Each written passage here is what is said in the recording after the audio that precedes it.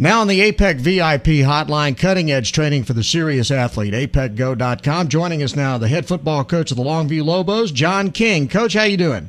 I'm doing great, Bryan. Congratulations. You moved into the second round of the playoffs with a 27-6 win over Rowlett. Tell us about that ball game. Well, it was a great defensive effort all night long, and our defense did a heck of a job of holding the two first-half field goals, so our offense got on track.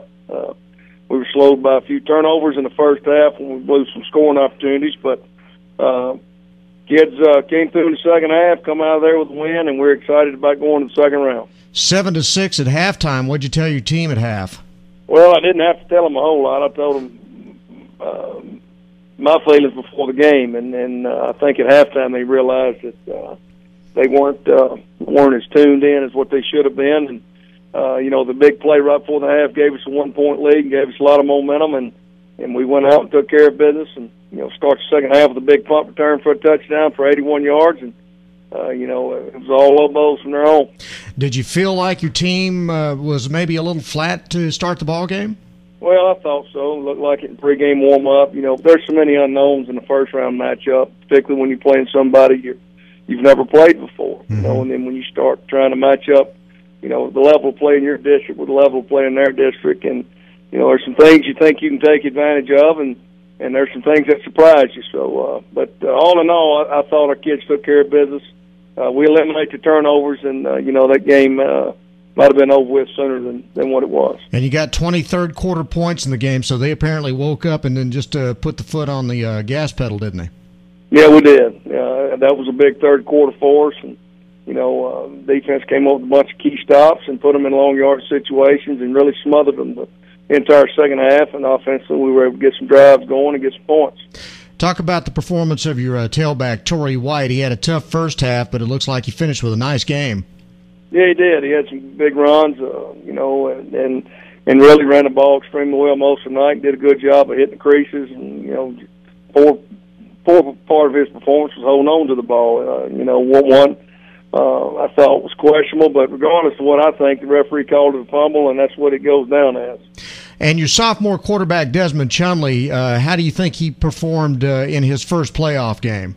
I thought he threw the ball pretty well. He had some nerves, I'm sure, that he calmed down as the game wore on. But without other than just a few busts on some protection calls and some actions that we had called, he threw the ball well and, had an effective night. And you guys picked off 3 passes. You held them to 42 yards rushing. Who were some of the standouts on your defense? Well, Jalen Porter had a heck of a game for us defensive end. He had 12 tackles, and Jalen Lawson had a couple of interceptions that were big for us. One that stopped the scoring drive. But, it's hard to think individuals on this defense. They're so unselfish, and it seems like a different guy steps up each and every week, and we've got some that are just as steady as the day is long, and they're going to do their job, execute their job, play with a lot of pride, and play with a lot of emotion. I know you've been through this forever now, going with the Lobos, going to the playoffs virtually every year. Talk about the unique challenges of getting a team ready for the playoffs on Thanksgiving week. Well, the big thing is getting kids to practice and getting them here on time, because a lot of our kids don't drive, and you're relying on rides, and you got family members that have work schedules that you've got to work around. But, and the big thing you got to guard against is not burning that candle at both ends. And kids got to go home and get to bed, and they can't stay up 3 or 4 in the morning playing PlayStation or anything else. They got to get in the bed because we go at 9 in the morning. And, the old saying, nothing good happens after midnight. That's something you try to stress and drive home with your kids. And as long as they're going home and taking care of the business and showing up and giving us 2 good hours of practice, and we'll like our chances. If they're not, if they're going to run around and burn that candle at both ends and run themselves in the ground, and we're going to show up, and we're probably not going to play well. Now, you played Dallas Jesuit on Saturday at Lake Highlands. What do you know about them? They've definitely improved their football program since our last matchup in 2004. Jake Oliver, of course, is a Texas state record holder for receptions. And as far as high school football goes, he's committed to the University of Texas. They have another offensive starter, an offensive lineman that's committed to A&M. They got linebacker going to Oklahoma and defensive end going to Iowa State. So their roster is full of Division I players. And they do a great job with their scheme. Coach Hickman, he's second-year head coach, and he's finally got over that hump getting out of the first round. And they've got a fine football team and well coached and play with a lot of emotion. They play with a lot of enthusiasm, and there's no secret why they're in the second round. And their only loss really was the Skyline. They lost a heartbreaker on last-second field goal to Richland Lake Highlands. I mean, they probably could have won the game. Had a couple of odd things not happen, but Skyline, beat them decisively. But everything else, they've either won or should have won the ball game. What's the key matchup in this game for you then?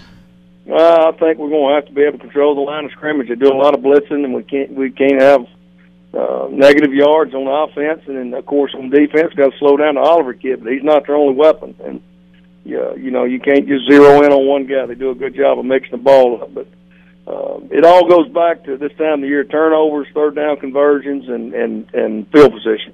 You win those three, chances are you're going to have a chance to win the game. Your team's really come a long way since the first part of this season, though, hasn't it? Yeah, well, I mean, we had so much to overcome. I had a couple of key injuries, and didn't play well here, and just found ways to, not get better. I mean, not to improve from week to week, but we've done some good things as of late, and I'm proud of where our football team is, and where we had to come from to get here, and couldn't have done that with a lot of great seniors and kids that are very important to this program, and this program is very important to them, and that's how you get to where we are, and getting into the second round of the playoffs. And it's this time of the year, where you want it to be special for these kids and for the Lobo Nation, and hopefully win the last one.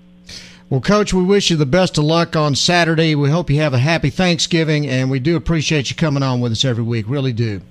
All right, Bryan. Thank you. Yes, sir. Have a great week, Coach. Thank you. Okay. All right. That's Coach John King from the Longview Lobos on Bryan Houston Sports Radio Live on 99.3 Talk FM.